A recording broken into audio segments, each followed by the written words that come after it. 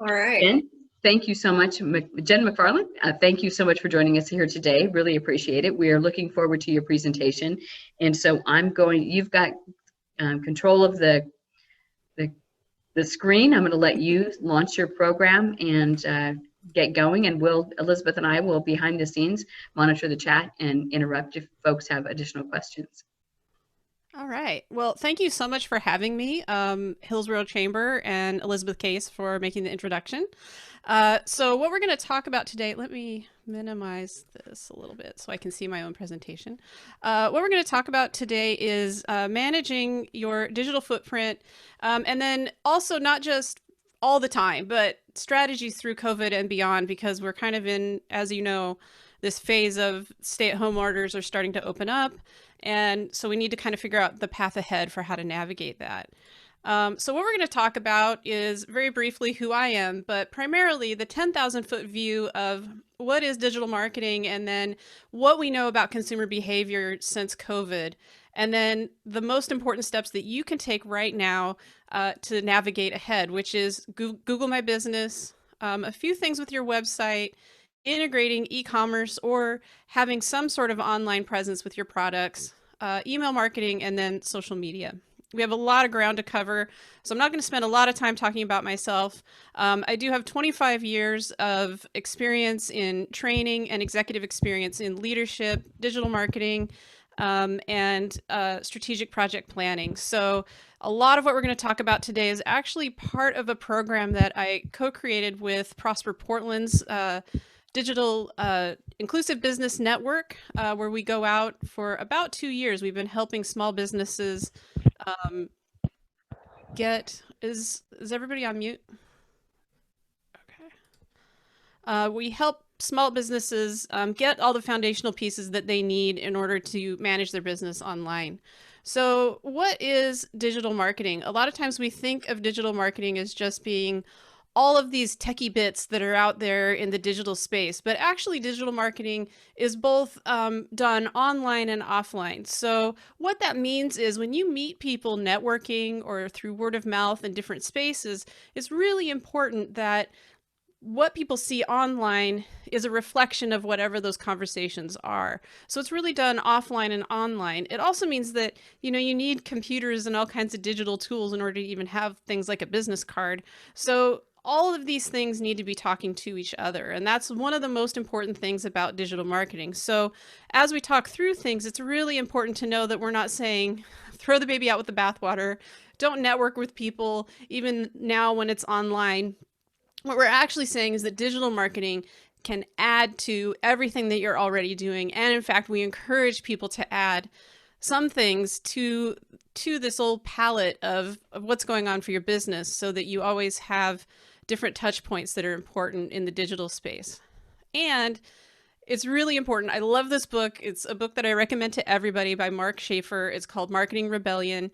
And it's basically about the most human company wins. And it's talking about how small businesses, local businesses can really win over customers because they're the most human, and how that human to human marketing is so important. And what we found is that it's really important because it's really what our consumers expect from us. And we're going to talk about that in a minute. So what we found through the research of working through so many small businesses is you want to do the right thing, but you don't always know what it is. And then you have time, money, and value are so important in the small business space.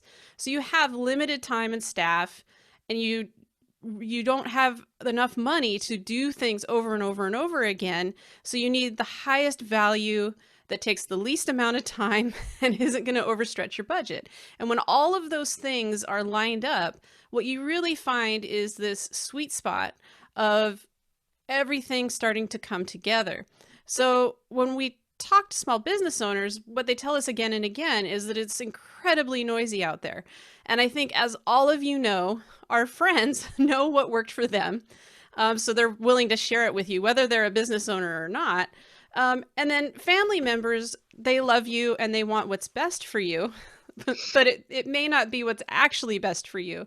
And then the advertisers, of which we're bombarded, I think, sometimes constantly, they don't really have your best interests at heart. When somebody's just calling you on the phone, they don't know your business well enough to really help you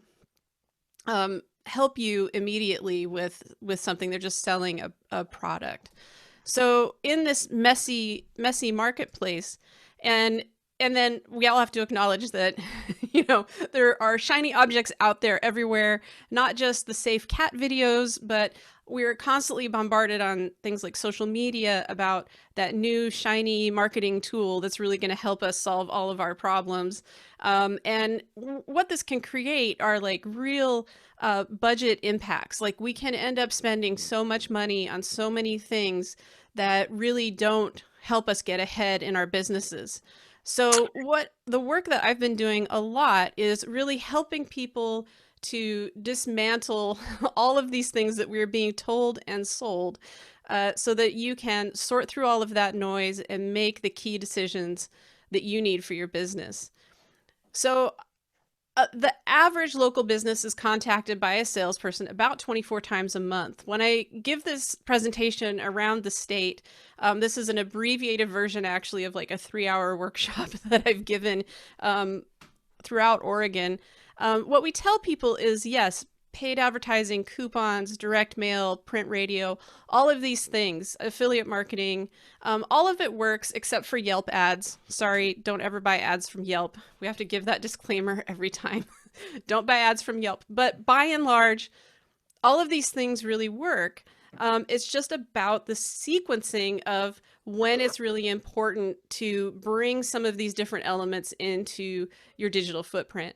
We're not going to talk about all of these elements today because there's so many other things kind of swirling around that are really important. I just don't want you to think like, don't ever do this. It's just right now, today, we're going to talk about some other steps that you can take that are a little more meaningful, particularly given what's going on in the world right now.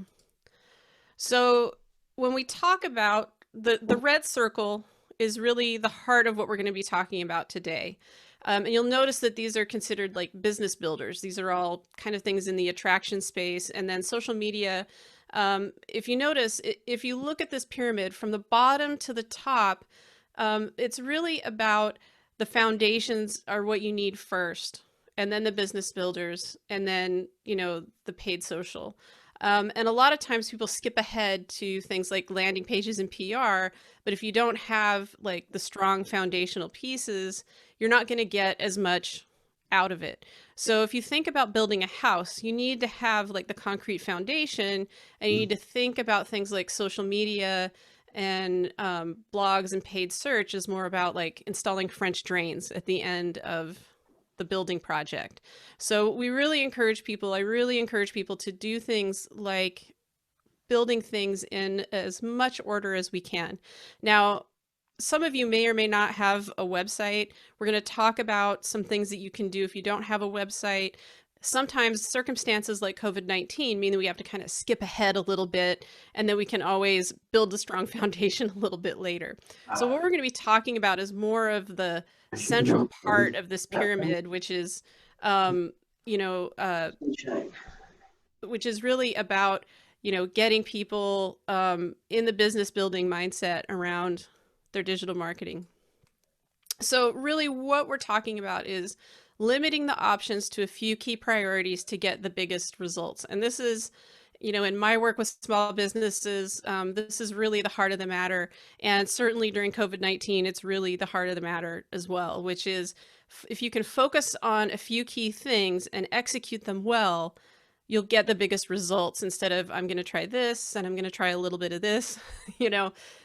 The biggest thing about digital marketing is it's about what you can consistently do day in and day out that will give you the biggest results. And we're going to talk about a few of those areas today. So before we get into that, we kind of need to set the stage about why all of this is important. So we're going to talk about pre-COVID consumer behavior that still applies today. And then we're going to talk a little bit about the landscape after COVID, because Think with Google is just this really great website that tells us a lot about consumer behavior. As you know, almost all of us now have smartphones and we're searching all the time for different things. There's actually been a 500% increase or growth in searches for near me, or can I buy this, or, all different kinds of things. And then since COVID, we know that more than 50% of shoppers are also looking for what's open or closed near me. So everyone is searching. We've actually seen a huge increase and interest in local and regional businesses since COVID-19, in part because people want to be supportive and also because we don't have as much access to getting out. We also know that 55% of people search for a product on Google and then try to figure out how to do more by going to YouTube before they buy it. A lot of people don't realize that Google is the top search engine, followed by YouTube, and then followed by Pinterest.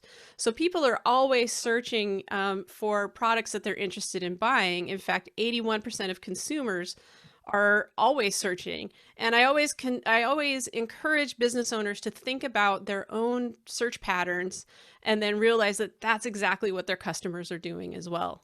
So if you know that 81% of people are searching for a product and 55% of people are also searching, but then also going to YouTube to learn more, these are a few of the reasons why it's really important to be showing up on digital so that people can find you, because it's really important that people are finding you and your products out there.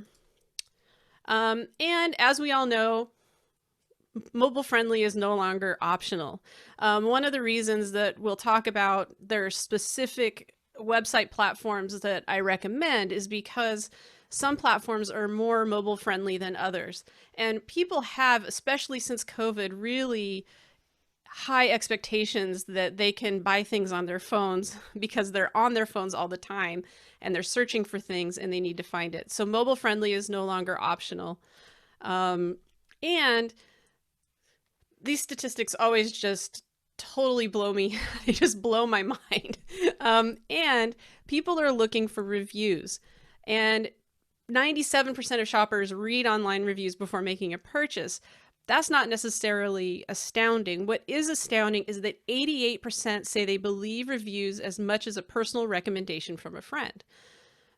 And they are heavily influential in the buying process. So what that means is, although we're not always in control of what other people say about our business, we need to encourage people to talk about our businesses, make recommendations, talk about what's going good in our businesses, and feedback and reviews are integral parts to doing business digitally and just in general, because we know so many people are searching all of the time. So it's really important to have a space where you can get reviews and promote them so that you can let your customers talk about your business, which is more powerful sometimes, or maybe a lot of times, than anything that you yourself could be saying about your own business. So the related strategies to all of this data I just gave you are Google My Business, which is a great place to collect reviews, your website, which is really your home base when it comes to your business, integrating some sort of e-commerce into your digital landscape, whether it's embedded into your website or, as we're going to talk about, integrated with any sort of point of sale system that you might be using. For example, Square has a lot of options out there right now to easily incorporate e-commerce into what you're doing right now. And then email marketing and social media. These encompass the top 4 channels for every small business. So that's part of why they're so key, is these are the 4 primary areas that you need to be working on right now in your business. So we do know a few things about what has been going on since COVID-19. Now, this is an ever-changing landscape, but Google has been out there doing a lot of research, so we know certain things are going on in the time since COVID-19 really affected the United States. So half of consumers are buying the majority of their items online. Not surprising, right? We've had so many stay-at-home orders. Places are still slowly emerging. including Washington County or Multnomah County where I live. And then 3/4 of people who are on their smartphones want it to be easy. They want to be able to buy things quickly and easily, which might be a challenge if you haven't been in the e-commerce space before. If you haven't been selling things online, then you're like, oh man, not only do I need to sell things online, I need to figure out how to make it as quick as possible. And so people have increased need to shop online, and then that raises their expectations as well. And then not only that, people want to hear from you. And this is where email marketing comes in. This is where social media comes in. Over 50% of shoppers, they want to hear from you, and they want to know how you're responding to the crisis. I think they also want to know how they can help you. Like I said before, we've seen McKinsey and Company has done a lot of research on this. We know that people want to help local businesses. They want to help regional businesses, but they need to hear from you first. And if they're not hearing from you, then they don't really know what's going on. And then over 70% of Americans also want to hear how brands are taking action against COVID-19. And it's a little fuzzy what that means exactly, but I interpret that as, how have you adapted? How are you making things safer? If you're active in the community, if you've done anything in that area as well. I think the bottom line that we can take from this is that it's really important to be communicating with customers on an ongoing basis. And then they've also asked consumers, what brands or companies can do to help with COVID-19. People just want to hear that brands are committing to making society better. So 80% of Americans are likely to support a brand that has helped communities impacted by COVID-19. So, this is a presentation to the Hillsboro Chamber. You are all talking with each other about how you're helping each other, and how, what it is that you need. That needs to be outward facing now. It can't just be your collective talking to each other. Find ways that you can share that with your community, with current, former, and potential customers out there online in the digital space, whether it's through email marketing, which I think is the most important channel, or through social media, which not everybody is on that channel all the time. So the next steps based on a post-COVID consumer behavior is, we all have to be searchable. All small local businesses need to be searchable. The way that you do that is through Google My Business and your website. Moving products online is no longer optional. Before COVID-19, I don't think that I would have ever said that. Everybody has their own way of reaching their customers. Right now, since we don't know if we'll have future stay-at-home orders, we do need to have at least some way to reach out to our customers, offer something online, even if it's just, hey, you can come pick this up from my storefront, or hey, we're doing local delivery. Something like that, some small step is something that consumers are expecting right now. And then now is not the time to stop communicating with your customers.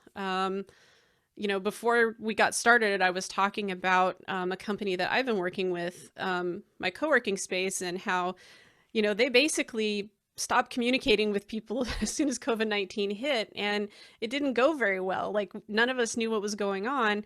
And it just doesn't feel good. Like, people want to know what's going on, especially if they've been giving you money. Like, people have expectations. They want to hear from you. And I work with a lot of people who are scared to embark on things like email marketing. But if people have opted in, they really, really want to hear from you.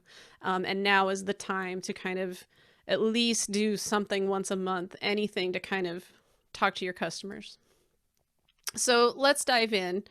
I'm pretty sure that most of you have heard of Google My Business. If not, if you don't have a website, or even if you do have a website, this is free space given to you by Google. If you go to google.com/business, you will find a way to make your account. You do need a Gmail account in order to do that, but it is a great space. So when people talk about search engine optimization, it's kind of this fuzzy term that, a lot of business owners don't know what it means. The way I like to describe it is it's really about filling out the piece of paper. So if you think about when you were in, junior high or, even grade school, you get like 2 points for writing your name on the paper. Well, Google is giving you a place to get 2 points. I think it's actually worth way more than 2 points of search engine optimization, where you can be found on search for free, at least at this time, from Google, called Google My Business. Now, it's a way for you to earn customer trust. We've already gone over how important getting ratings is. Star ratings will also boost your appeal. So getting reviews, and Google has made it much easier for you to ask for reviews through Google My Business. And in fact, you can even just email the link out to people. What I like to do is when people write something really nice in response, I'll like copy it and I'll be like, you could just write this again. Here's the link to my Google My Business page. Here, I've made it just so easy for you to give me a review. And so I really encourage you to do the same thing. It's also an excellent place for people to learn more about your business. You can do everything from FAQs if you get the same questions over and over again. You can increase engagement and drive traffic. You can get some free Google advertising from it, and it's a way to stand out from your competitors. So I was kind of hunting and pecking around and looking up different businesses I knew in Hillsboro, and I can tell you that a lot of your colleagues are not on Google My Business. So here's an example of the 3-pack. So I looked up Japanese restaurant, Hillsboro, Oregon. You'll notice that the earlier example, for some reason, isn't showing up in my 3-pack, probably because it's not as close to my house. So there's a lot of mystery around how you show up in the 3-pack, but the 3-pack is when you search for something general, you'll see a map view of similar places and then a 3-pack. Some people say that these 3 businesses, that it's based on how many reviews. If you look at this example though, this restaurant has over 1,200 Google reviews, and these have significantly less. I think that there's a number of factors that go into it. The other excellent thing about Google My Business is that you actually don't have to have a physical address in order to have Google My Business. So if you don't have a brick and mortar, you can hide your address. You won't show up in the 3-pack that's on the slide right now, but you will show up with this box over here when people search on Google for a similar product. So what we're really trying to do is give you as much real estate as you can, whether you have an address or not.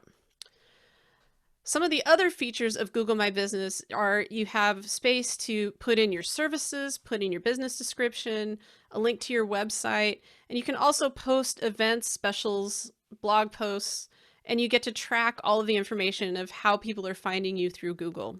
So it's really a win-win, and I highly encourage you to go in, and it's basically, like I said, it's like filling out a piece of paper, right?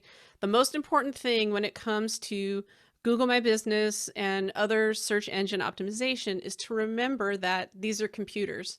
So use the same business name, the same address, and the same phone number, because those 3 things, name, address, and phone, are the 3 ways that things like Facebook, Google, and all the different touch points, if you're on like Nextdoor, if you're on the Hillsboro Chamber somewhere, like make sure that all these things are the same, because this is what drives people to say, oh, okay, your business is all the same business in all of these different places online.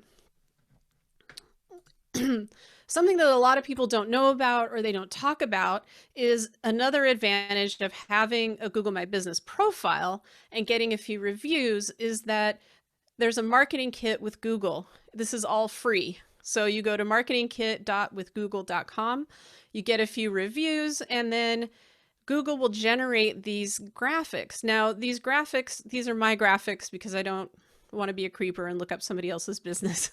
But these are examples of what you can get from Google My Business in terms of a marketing kit. If you have a brick and mortar store, it will generate things that you can hang in your window. These are a few of the social media graphics. I've generated these, and then I turn around and upload them to my Google My Business profile. And then I put a few of them on my website and on social media. These are all the social proof. We know that customers are, or potential customers are reading reviews and trusting it as if their own friend said it. So why not take advantage of Google and generate the graphics, generate all of the information that we can, and then share it with our audience to talk about the things that other people are saying about us. So these are a few examples of why Google My Business is important. There's a lot of misinformation out there about Google My Business. There's some spam calling that goes out there. People are trying to charge for this. This is really something that you can do yourself. And it's just about answering a few questions about, you know, your business, what it is that you offer, a basic description, and then just answering questions if you get them. So sometimes people ask questions about the business. Pay attention if you get a question and be sure to answer it. And like I said, you can also set up your own FAQ. And then after it's a little bit more established, you can generate this marketing kit for free. And hey, anything that's free and easy as a small business owner, I think is very helpful on the marketing side. So take advantage of this, and I'll be sending over all of the links and everything for you to get a little bit later. Does anybody have any questions about anything we've talked about so far? Let's see. Okay, yeah. Hello, Elizabeth Case. I see that you're commenting. I don't see any questions yet. Hi. Hi. But Google My Business is great. I totally agree with you. Please take advantage of this. Yeah, I didn't know about the marketing, the Marketing Google kit. My Business marketing kit. This is awesome. So It's I'm totally slightly awesome. distracted by the And if you shiny don't object. if you don't like the green graphics, you get to choose different designs and different colors and things like that. So it might not completely match your branding, but you can get different things that you like to promote your business, and it's all free. I love it. This is an awesome tool I'm going to share with my clients too. Thanks. Yeah, sure. Okay, so now we're going to move into the website.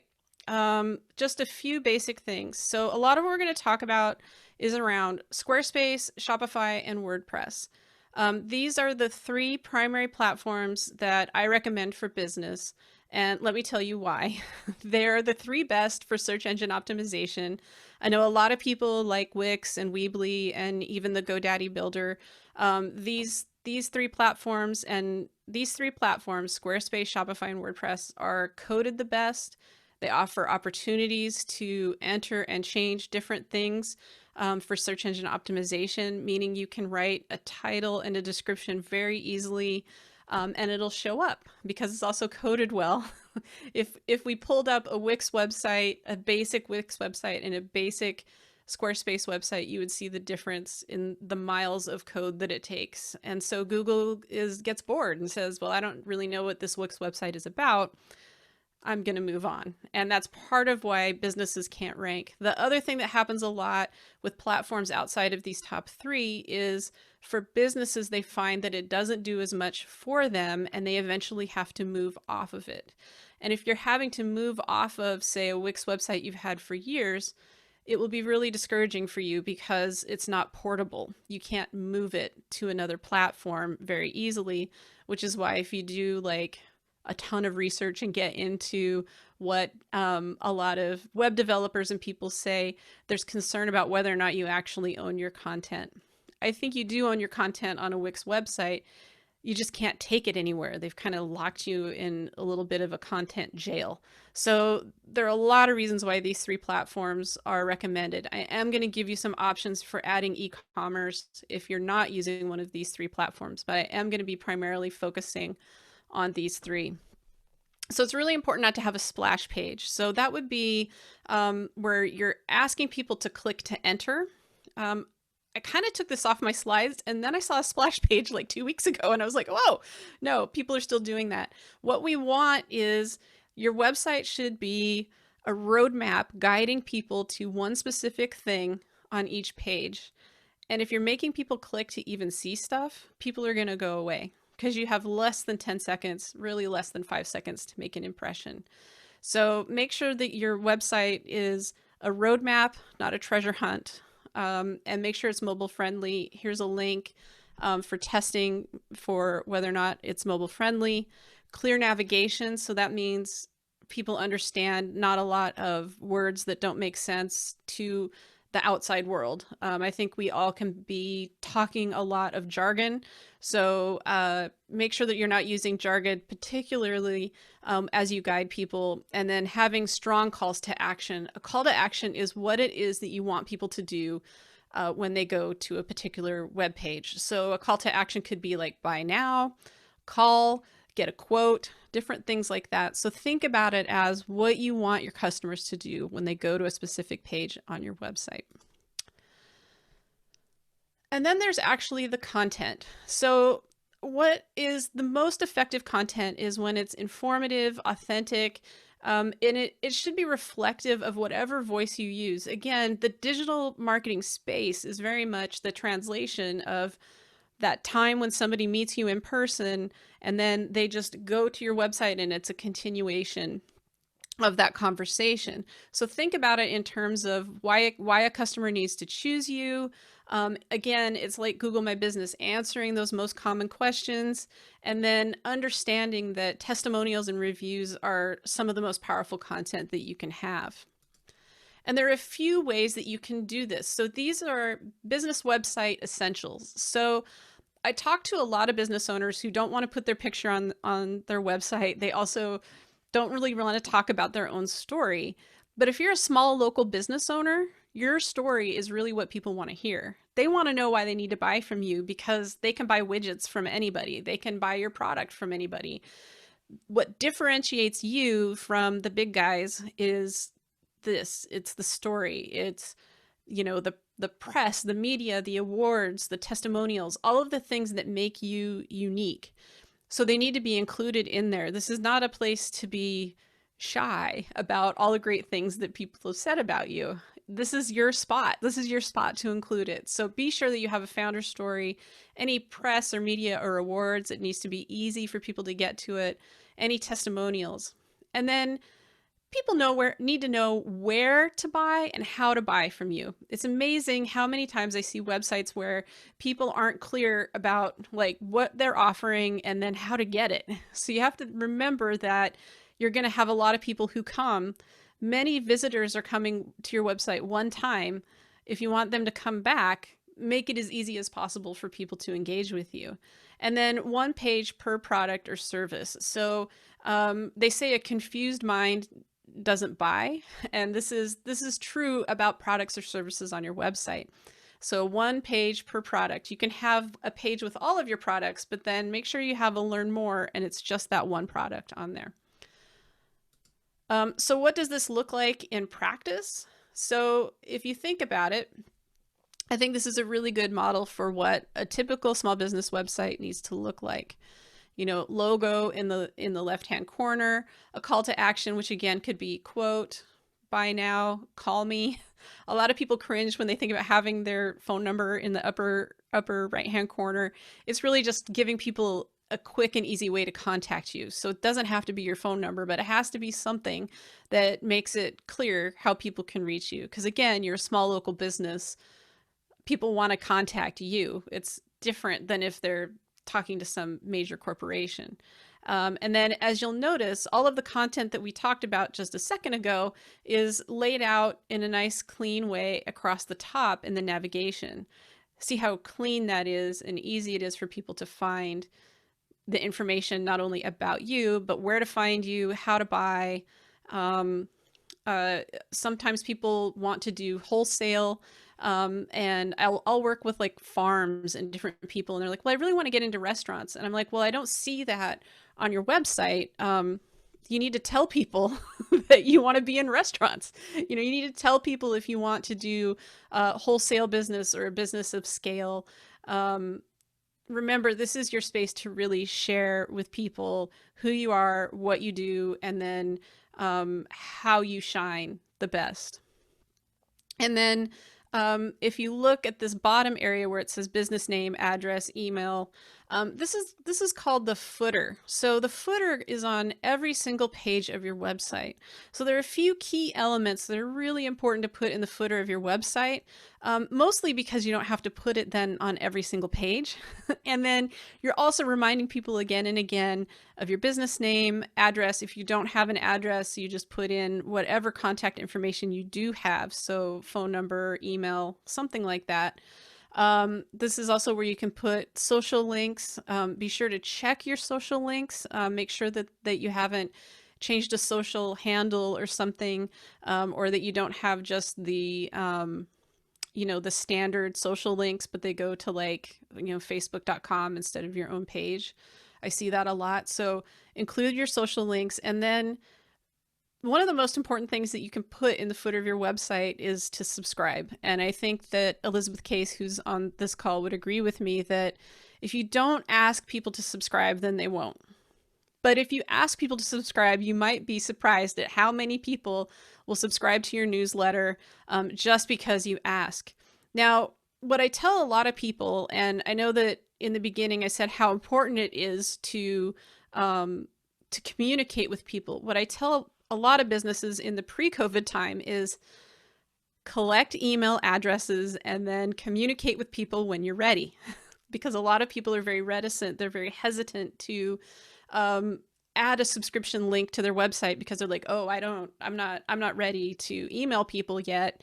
But remember, if you don't give people the opportunity to sign up, then they're not going to sign up. And then when you are ready to email people, you maybe haven't been collecting names and email addresses. So please give people the opportunity to subscribe. They would love to hear from you. And putting something in the footer of your website is critical because then you just don't have to think about it. Make sure you have that newsletter subscribe button in the bottom, in the footer on every page. Whoa. Okay. My mouse is really hyper right now. All right. So one of the most critical things also to include in your website is website tracking. That's Google Analytics. So after you set up your Google My Business account with a Gmail account or a G Suite account, then go over to analytics.google.com. There you will get a tracking code that you can place on your website. If it's Squarespace, you just copy and paste that tracking code. There's a little place for that. If you have a Shopify account, it's the same thing. Just a little place where you just put this, it's a UA code, and you place it in there. If you're not sure if your business has one or not, you go to gachecker.com, put in your website domain, and if you see a lot of red X's, that means that you don't have a Google Analytics account connected to your website. If you see green check marks, it means that you do. Now, I'm not telling you to do Google Analytics because I expect you to become any sort of marketer or any sort of expert on what that information is telling you. I'm asking you to put it in there so that as your business grows, you will have something to give to a marketer that you hire so that they can review all of the historical information about your business. So they can see how many people have been coming to your website, if they're, where they go, what actions they take on your website. It may not be important for you. In fact, you can get lost in this information and it might keep you from doing something critical in your business. Don't do that, but start collecting the information about the people who are engaged with you. And Google Analytics is the standard for doing that. The other thing is, like I said, search engine optimization. Getting found on Google is what that means. It's also called SEO. A lot of that, again, is about filling out the paper, right? So on the back end of your website, there are spaces for you to put key information to help your customers find you and help you bubble up and get found on Google. Now, if you have a Google My Business account, if you have things like Instagram or Facebook, the last thing that you really need to have is a website that shows up in search. So then they can see both. when they're on their smartphone and they're looking up whatever your business is, then they're going to see that you have a website as well. You also will have the website connected to your Google My Business account. So you want to use keywords in your title tags. So that's like the name of the page, and then there's a description of every single page on your website. So you want to use keywords, and keywords are basically how your customers are going to be searching for you. Keywords aren't all of the cool jargon that we all know. Keywords are the users who aren't experts in your business but are looking for something that you offer. Make sure that you're talking about that and that you're including those keywords so that they'll show up on search. Implement user experience best practices. Now, we've talked about some of it, like don't have a splash page. Make it as easy as possible for people to find every single thing on your website. Make it as easy as possible for people to buy from you or contact you or find out anything. Claim your local profiles. One of the things that I tell people is be sure to claim all of your social media profiles. We're going to talk about social media. You claim them all, you don't use them all. So claim your local profiles, claim your next door. If you do a lot of events, you might want to be on Alignable, but be all over social media. Claim Google My Business, Nextdoor, Yelp is another one. Claim it all and then send people to where you're active. Get your customers to review you and be involved in your community. These are the ways that you get found on Google. And I think that too often people talk about all of these technical parts of being found, when really a lot of being found is about just claiming your space and talking to customers like they're humans and because they are humans, and finding out how they're searching for your business. If you're not sure how people are searching for you, ask your customers. We make it too hard, you know, and I think a lot of people who work on my side make it too hard for you, the business owner, to figure it out. This is pretty easy stuff. You figure out how people are searching for you. If you're not sure, ask your customers. If you're not sure how your customers talk about the services that you offer, like the words that they use, ask your customers. You have this whole group of people who are buying from you and who love you and want to help you, but they can't help you if you don't ask them. So ask your customers. You know, you don't have to flood them with a whole survey or anything, but just, you know, casually ask them a few things, and they will give you the information. They'll give you the feedback that will help you figure out how people are searching for you online. And then you just use those in your title tags and descriptions, and that will help you get found. And then implement other best practices and claim your profiles, and you're golden. You're golden. You don't have to worry about all of these little techie bits. So if you're not really sure how Google sees your website, if you look on this slide and you look at the top where it says site:/hotmamasalsa.com, and you do it for your own domain. So enter site:/ whatever your domain name is, and into Google and hit return. It will give back to you the titles and descriptions for your website. And this is how Google is reading your website. And this is how you can learn about it and see what's going on. So Hot Mama Salsa is a local Portland company. They make the salsa themselves, and it's available for pickup and delivery and all different kinds of things. So when you look at what is going on this slide, you'll see the URL, hotmamasalsa.com, and then the title is the names of the pages. So the first one is about Hot Mama Salsa. So if you go to their website, they probably have a page that says about. And then this website, I happen to know, is done in Shopify. There's a space in the page construction, and it's the same in Squarespace, where you can put in the title of the page. And I believe you can do it in Wix as well. It just doesn't show up as well. It's a little harder to edit, where you can put in a title. So this title needs to be exactly what the page is about, but you can use more words than you see like in your site navigation, where it might just say about. This is a place where you'd say about and your business name, and then whatever it is that you do. And if you are super hyper local like you only do it in Hillsboro, then it needs to say Hillsboro, Oregon, Hillsboro OR, so that you can really dial in and start talking to the people in your local community. Now, the fact that it has 3 dots at the end means that the title is too long. So whatever else, which is likely like made in Portland, Oregon, since it says made in ... whatever is cut off, you're not getting the benefit of that.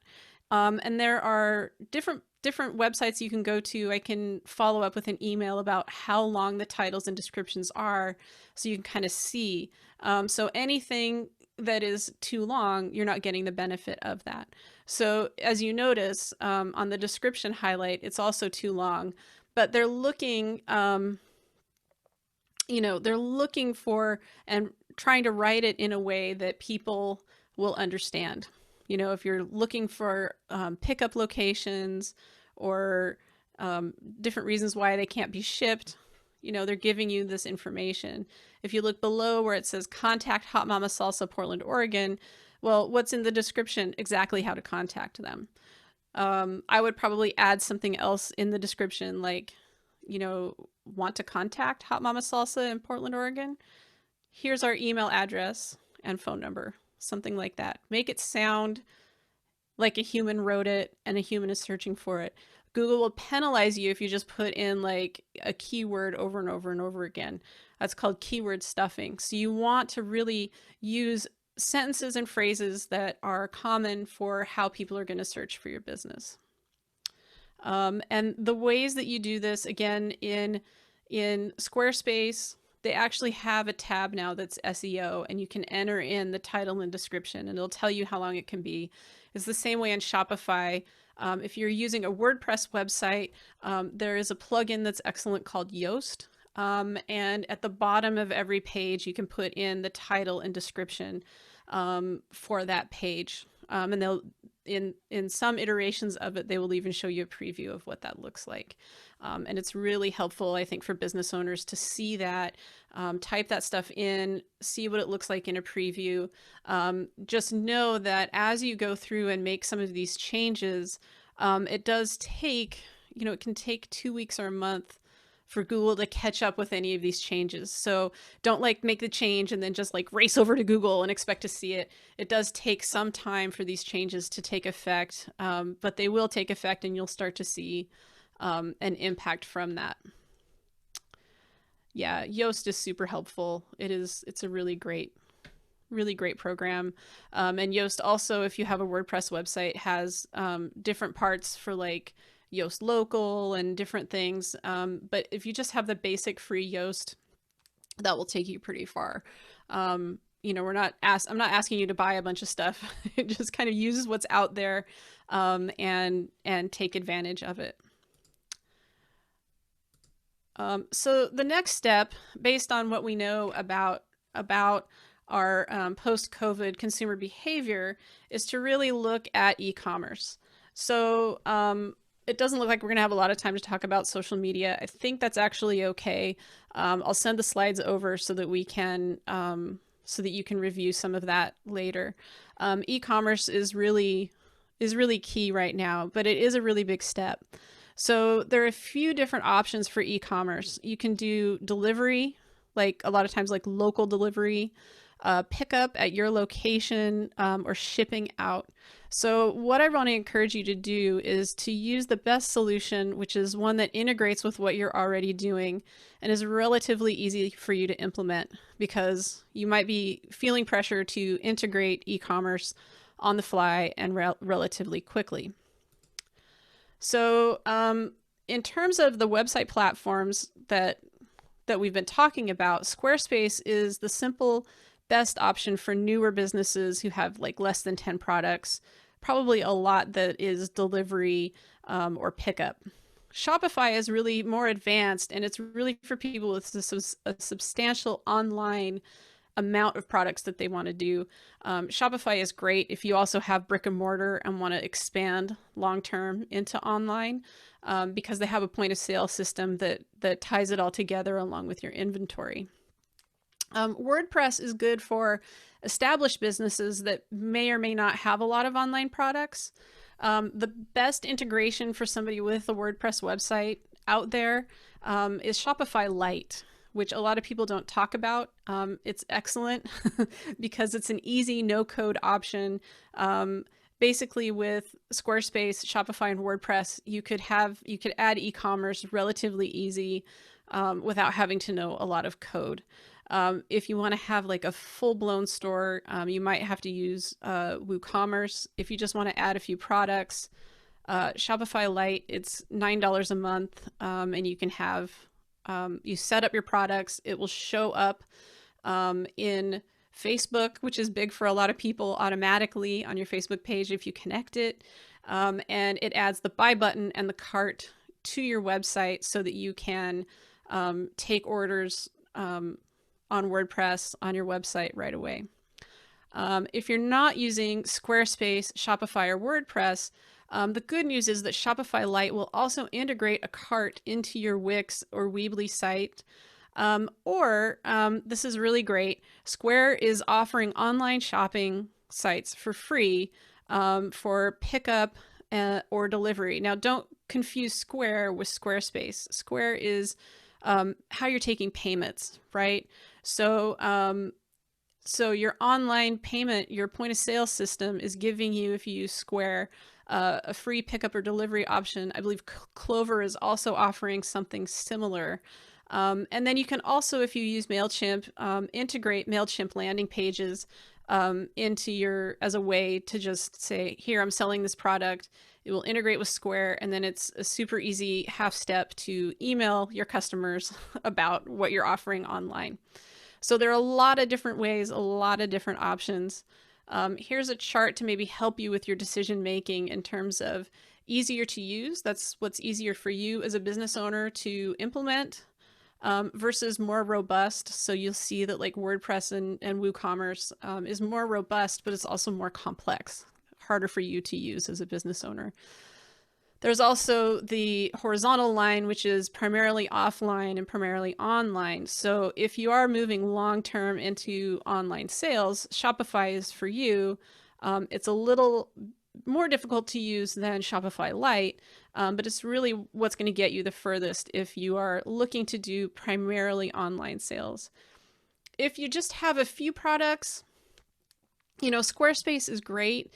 It's a great addition to any of your offline sales. And I would put like in the upper left-hand corner, the options for integrating Square and MailChimp. They're easy to use and they're great for people who primarily have offline sales. And if you want links to how to integrate your free landing page in MailChimp or your free connection to your Square online store, I can send links over after the presentation to kind of help you get started.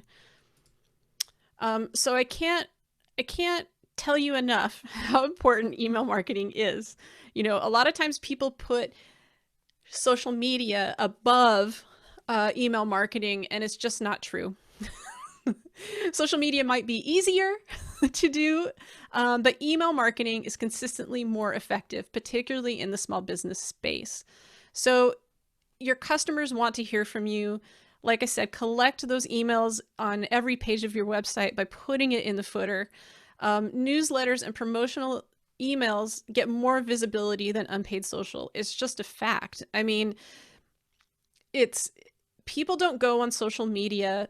It's not a transactional channel. And a lot of people forget that. So and by not a transactional channel, it means people aren't there to buy. They're there to be social. So more and more unpaid social is just getting buried. If you want to sell on social media, you have to pay for ads. And a lot of small businesses don't frankly have the budget when they're getting started to make a big enough ad buy to be super effective.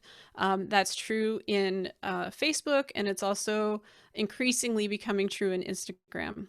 So don't be afraid to collect email addresses, and don't be afraid to reach out, especially now in the post-COVID environment. You want to update your customers on what you're doing. You want to update customers on how you're doing it, how you're active in the community. And then it's a great place to ask for reviews. Like, people who've opted in, not only do they want to hear from you, they want to help you. and it's easy to forget that. The other thing about email marketing is, well, first of all, it's illegal to like group message everybody on a G Suite email. And for a lot of reasons, because people can't opt out, but it also doesn't benefit you as a business owner. So the reason that email marketing is so powerful is that there's a lot of information behind it. You can get the average open rate, which is pretty low, but it's actually higher than what you would get in terms of organic traffic on social media. You can see how many people opened it. You can see how many people are clicking on links, and then how many people are unsubscribing. Like if you start to see like a pattern of people unsubscribing, consider whether or not you're living up to the expectations that you set. Like right now, if you go, for example, to my website, I'm very clear. Like I'll send you emails twice a month at max, so people know when they're like coming in, how many times that I'm going to email them. And I think people appreciate that. And so you'll find that your open rate is higher if you're very transparent and you're not emailing people all the time.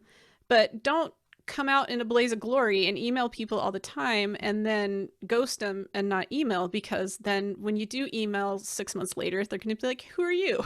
And unsubscribe. So you just want to like make a commitment and stick to it. I think a really good starting point is monthly. But if you can't do monthly, then quarterly. Just something so that people can remember who you are and why what you do is important. So I'm gonna stop right here. We've got about 4 minutes left. So I kind of mentioned social media. I have a bunch of slides, but again, I had to take a big presentation and winnow it down to an hour.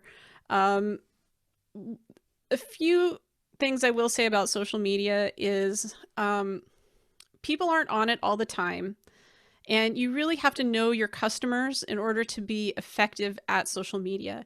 So understand that the more you know about your customers, the more effective your social media will be. Claim your profile on all of your social media, on all social media. So the top ones are Pinterest, YouTube, LinkedIn. Hold on, I'll show you the chart. Here you go. So these are the social media platforms that you want to claim, and then pick one or two that are the most effective for who your customers are. So this is based on consumers versus businesses, high visibility versus low visibility. For example, if you want visibility on Twitter, you're just going to have to post a lot in order to increase visibility. Most small business owners don't have time for Twitter, frankly, in order to really make it work for them. You'll notice that Facebook is good for consumers, but it's lower visibility. Instagram is starting to lose its visibility.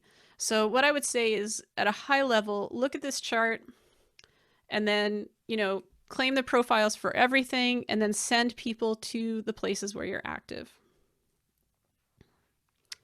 And I would just say that this has been our $1,000 presentation, right? Definitely. Wonderful information, and just very much from a standpoint of whether you know a lot or you know nothing, someone is going to benefit from this information. You have obviously from the ground up understand this, where most of us know from the flyover standpoint and the things we read and hear and see on Twitter that they tell us. But I just want to take a few minutes. If anybody has any questions, you've obviously got a phenomenal resource here in front of you. Let's see, you got a new, okay. Thanks, Donna. Thank you for coming.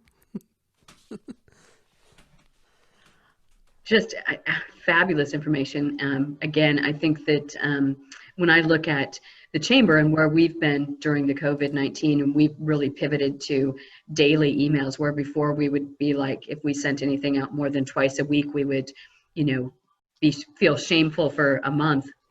But, we're doing things every single day because there's that much information coming at folks.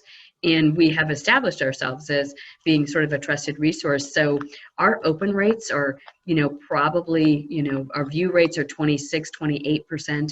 Our open rates are 24, 25%.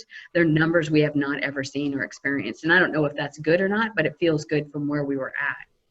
I will tell you that the more value you offer, I have an astounding 56% open rate on my email. Dang, girl. I know, right? You're on there, I put a Yeah. lot of time and effort into it, Right. and I think that if you're providing value, you'll see your open rate go up substantially. And that's what that tells me, Deanna, is that you're doing that. Like I said, I hope at some point to be invited back, if you want. I was going to say, will you please come back? Tomorrow? Next week? So let's see. I'll give you my free resources page in the chat, and then yeah, and then if you want to reach out to me, here's my email, and then because I'm happy to answer any questions that people have, and then I'll send over the slides, because that has some of the links in there for people to start building out stuff. So yeah, I guess it's 11:01, so hopefully if you have any other questions, let me know. Well, and Jen, we also have a PWA. It's called PWA. It's our Professional Women's Alliance. And I see that Women Conquer Business. We would love to have you come before those ladies and just, provide whatever information you think would be relevant to them. But really, it's around, women and minority-owned businesses have been hit most, prominently in this COVID crisis, and we want to make sure that our women are still standing strong and able to continue to have a strong portion of business ownership here in Hillsboro. So that's really important to us, as well as our minority communities of color. Yeah, and like I said, a lot of this is, we're hoping that this program that David Mim and I we put together for Prosper Portland, it's I think Prosper's been talking to Biz Oregon, and we're hoping that we can get it out to more and more people. So one of the reasons why I'm so giving of this information is we're giving it to Portland now. So it's like, why not share it? When I go down to Klamath Falls and places, it's really enlightening for people, and so it feels good to help people get what they need. And then if they need more help, there's a lot of people, myself included, who can help you. But why not get the good information in people's hands right away so that they can take their business as far as they can on their own? Right. I mean, it's really, from our standpoint, every small business we can save today is going to benefit us tomorrow. I mean, we're a business organization. Without them, there is no us. So, exactly. Yeah, super important. So thank you so much. Elizabeth, thank you for introducing us to Jen. Absolutely. Wonderful asset, and truly appreciating. Yes, you will be getting an invitation back. We just hope you answer our call. So thank you so much. You will. Thank you. You guys have a great rest of your day. We have Commissioner Jerry Willey tomorrow with us at 10 o'clock. So be sure to come back and join us. Thank you all. Have a great rest of your day. Thanks. Thank you. Thanks.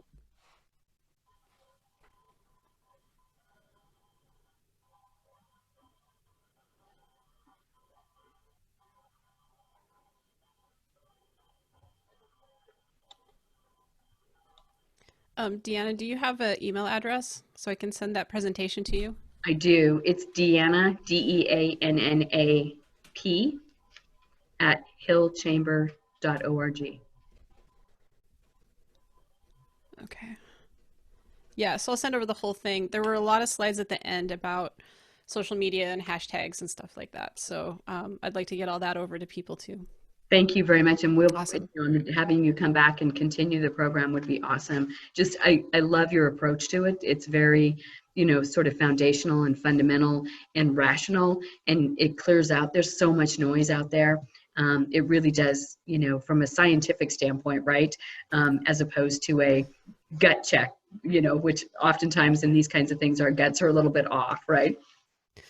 Yeah, well, and there's just a lot of misinformation out there. One of the things I'm passionate about is keeping people out of things that aren't going to serve them, that cost too much. The slide I deleted was one of case study of somebody who just wasted a whole bunch of money and got nothing out of it. So like, that doesn't serve any of us in the community. We need people to invest in the right things and then invest more later when it's Right. reasonable. And right now, I mean, folks don't have any money to waste and they have no time to waste. Right. Because I think that even though we feel like, well, businesses aren't fully open, they're scrambling trying to figure out how to make it pencil now, right? 25% of my business or 50% of my business, how many of those things do I have to sell to make my rent payment, right? Right. And is it worth it me bringing back an employee because now I have to sell 5 more of those things? It's just been a phenomenal experience for small businesses that really, are passionate about their product or their service, and sort of the financial piece of it has always kind of just worked out. And I think that it's interesting to think about. I think we heard a statistic this morning, like 30% of small businesses had, 30 days of cash flow at the very most, and how this experience is going to change sort of the fundamentals of starting a small business. What is that going to look like anymore from a standpoint of, we now see the fragility of small businesses. How does this pandemic change how we help small businesses that are getting ready to launch, the entrepreneurialism piece of it? Yeah, I think that there's out of this, I've given some thought to like what does the kit look like now? Like how is that changing and talking specifically about my part of it, I was also a project manager, so I think that's part of why this presentation is the way that it is, Right. because I'm project managing you through this, and so that's what I've been thinking about is what is the roadmap, because it is changing, a lot. So if I can help with that discussion too, let me know. Excellent. Well, thank you. We're setting up a task force that's looking at phase 3 and beyond, because we want to get to how do we rebuild. This is really triage. I still look at that as triage. Phase 1, phase 2, triage of we just figuring it out as we go. But if we don't take the long view of it, it's going to be back on top of us again. And, especially, looking at September. So if September is going to be, potentially a higher rate of, outbreaks and virus, are we prepared to take a step back, and what will happen to our small businesses? The ones I've seen and talked to, if we go again to a, sort of shelter at home, they're not coming back. Right. They're not coming back. They can't do 2 closing. Yeah, they need. Well, they might be able if they're able to pivot, into something like some of the things we talked about today, which is why it's so critical to take advantage of the free stuff. Right. So you can right kind now. of do that, and learn it enough that you're able to be like, seriously, here's what I need right now, and reach out to your customers and do local delivery and things like that. So, Right. But yeah, I agree. This is devastating for small business everywhere. Right. And if they can't pivot to that online, and and the interesting thing is how many small businesses, when this first started, didn't have a website, let alone e-commerce, right? Yeah. Or the website was just, a domain name sitting up there with basic information that they really didn't utilize. And then all of a sudden it became, well, this is my storefront. Yeah. How do I take my storefront into a dilapidated, environment of my website and try to make it, look like me? And so this has been a lot of lessons, and I just hope that we can take those and move forward and be stronger.